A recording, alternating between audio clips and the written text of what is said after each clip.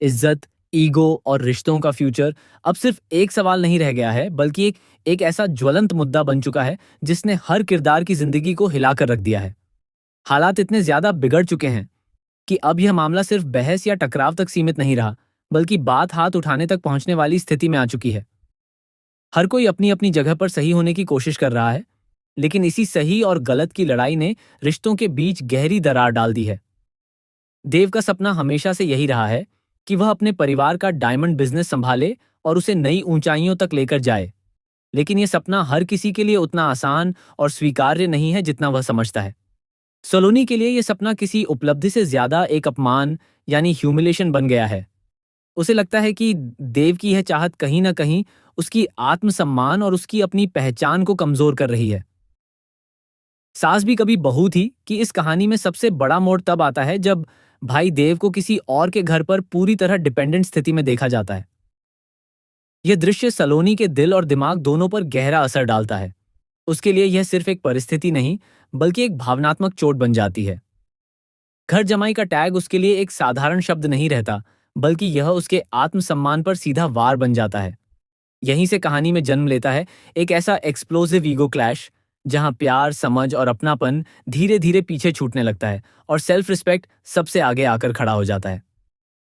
दोनों के बीच बातचीत अब संवाद नहीं रहती, बल्कि एक मानसिक युद्ध का रूप ले लेती है, जहां हर शब्द तीर की तरह चुभने लगता है। देव का गुस्सा अब पूरी तरह से नियंत्रण से बाहर हो जाता है। उसकी फ्रस्ट्रेशन और मानसिक दबाव इतना बढ़ जाता है कि वह अपने गुस्से में अपना हाथ उठाने की हद तक पहुंच जाता है। माहौल इतना तनावपूर्ण हो जाता है कि ऐसा लगता है जैसे एक सेकंड की देरी भी सब कुछ हमेशा के लिए खत्म कर सकती है। हर कोई सांस रोके उस पल को महसूस कर रहा होता है, लेकिन ठीक उसी आखिरी और निर्णायक मोमेंट पर पार्थ वहां एंट्री लेता है। उसकी मौजूदगी उस बिगड़ती हुई सिचुएशन के लिए एक ब्रेक की तरह काम करती है। वह तुरंत देव को रोक देता है और माहौल को पूरी तरह से बिगड़ने से बचा लेता है। पार्थ सिर्फ बीच बचाव नहीं करता, बल्कि वह देव को सीधा आईना दिखाता है। उसे उसकी गलती और उस खतरनाक लाइन के बारे में एहसास कराता है जिसे वह पार करने वाला था। सलोनी के लिए यह पूरा घटनाक्रम सिर्फ एक झटका नहीं होता, बल्कि उसके भरोसे का पूरी तरह से टूट जाना होता है। उसे लगता है कि अब इस रिश्ते में कुछ भी पहले जैसा नहीं बचा है। बिना किसी से कुछ कहे, बिना किसी सफाई को सुने वह वहां से चली जाती है, जैसे उसने अपने दिल में ही उस रिश्ते को हमेशा के लिए खत्म कर दिया हो। पार्थ अब समझ जाता है कि स्थिति उसके हाथ से निकलती जा रही है।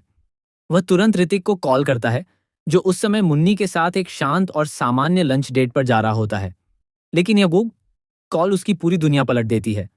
पल भर में डेट कैंसिल हो जाती है और एक इमरजेंसी जैसी स्थिति बन जाती है, जहां हर किसी को तुरंत एक्शन लेना पड़ता है। हालांकि कहानी यहां भी रुकती नहीं है। रास्ते में एक और बड़ा और अनपेक्षित ट्विस्ट आ जाता है जब उनकी कार अचानक ब्रेकडाउन हो जाती है। ऋतिक पूरी तरह से असहाय महसूस करने लगता है और समय जैसे उनके खिलाफ काम करने लगता है। हर गुजरता सेकंड टेंशन को और बढ़ाता जाता है। इसी स्थिति में मुन्नी अपनी समझदारी दिखाते हुए सिचुएशन को संभालती है और रियो से लिफ्ट ले लेती है। इसी दौरान एक हल्का लेकिन महत्वपूर्ण मोमेंट सामने आता है जब रियो अपने पिता करण का जिक्र करता है। यह नाम सुनकर ऋतिक अचानक अंदर से कनेक्ट हो जाता है, क्योंकि वह उसका अपना छोटा भाई होता है। यह एक छोटा सा संयोग आने वाले समय में एक बहुत बड़ा और महत्वपूर्ण कनेक्शन साबित हो सकता है, जो पूरी कहानी की दिशा बदल सकता है। दूसरी तरफ घर के अंदर माहौल पूरी तरह से तनाव और बेचैनी से भरा हुआ है। देव और सलोनी का रिश्ता अब टूटने की कगार पर खड़ा है। हर कोई इस बात को महसूस कर रहा है कि अब यह रिश्ता शायद पहले जैसा कभी नहीं रह पाएगा। वहीं पार्थ पर लगातार जिम्मेदारी और प्रेशर बढ़ता जा रहा है, क्योंकि हर कोई उससे समाधान की उम्मीद कर रहा है। इसके साथ ही एक और इमोशनल ट्रैक भी चल रहा है, जहां गौतम अपनी बहन परी की शादी अजय से करवाने की कोशिश कर रहा है। वह समझाता है कि प्यार हमेशा पकड़कर रखने का नाम नहीं होता, बल्कि कभी कभी उसे छोड़ देना भी एक बड़ी समझदारी होती है। लेकिन अजय के मन में अभी भी कई सवाल हैं। वह खुद से पूछता है कि क्या वह परी को उतना प्यार और अपनापन दे पाएगा जितना वह उसके लिए महसूस करता है।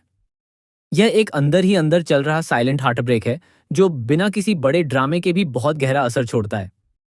उधर लियो अपनी परेशान और उदास मां को डिनर पर ले जाने का प्लान बनाता है ताकि माहौल को थोड़ा हल्का किया जा सके। वहीं वीरानी हाउस में सम्मायरा फैमिली डिनर का सुझाव देती है, जिससे एक नई उम्मीद की किरण नजर आती है।